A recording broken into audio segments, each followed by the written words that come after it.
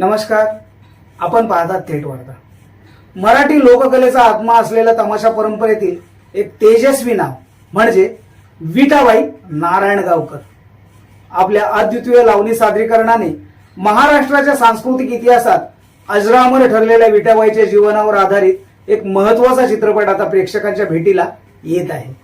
विशेष म्हणजे इटा हा हिंदी चित्रपट लेखक योगीराज बागुल यांच्या तमाशा विठाबाईच्या आयुष्याचा या चरित्र ग्रंथापासून प्रेरित असल्याची माहिती समोर आली आहे.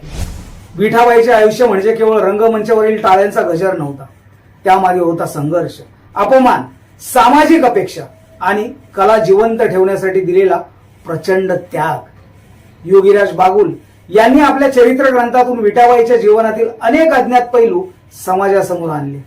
तमाशा कला विश्वातील त्यांची वाटचाल, कलेसाठी केलेला संघर्ष, आर्थिक अडचणी, समाजातील भेदभाव आणि लोककलाप्रती असलेली निष्ठा या सर्व गोष्टी त्यांनी दस्तऐवजीकरणाच्या स्वरूपात मांडल्या.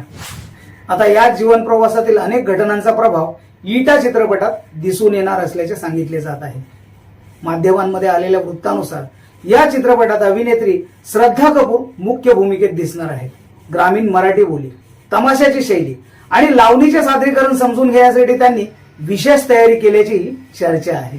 इटा हा शब्द स्वतःच तमाशा संस्कृतीतील वेदना, जिद्द आणि अस्तित्वाच्या लढ्याचे प्रतीक मानला जातो.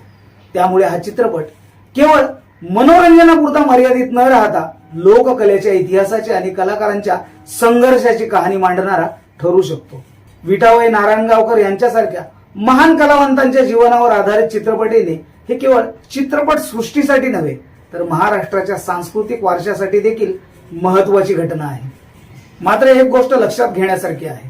हा चित्रपट विठाबाईच्या जीवनावरील आधारित असला तरी तो चरित्र ग्रंथाचा शब्दसह चित्रपट नसून त्यातून प्रेरणा घेत तयार करण्यात आलेली कलाकृती असल्याचे मानले जाते. लोककलेचा इतिहास जपणाऱ्या आणि पुढील पिढीपर्यंत पोहोचवणाऱ्या अशा या प्रयत्नांचे स्वागत होणे आवश्यक आहे. आपल्याला काय वाटतं? विठाभाऊ नारायणगावकर यांचा संघर्ष आणि त्यांचे योगदान नव्या पिढीपर्यंत पोहोचविण्यासाठी असे चित्रपट महत्वाचे आहेत का? आपले मत कमेंटमध्ये नक्की लिहा. व्हिडिओ आवडला असेल तर लाईक, शेअर आणि थेट वार्ता चॅनलला सबस्क्राईब करायला विसरू नका. धन्यवाद.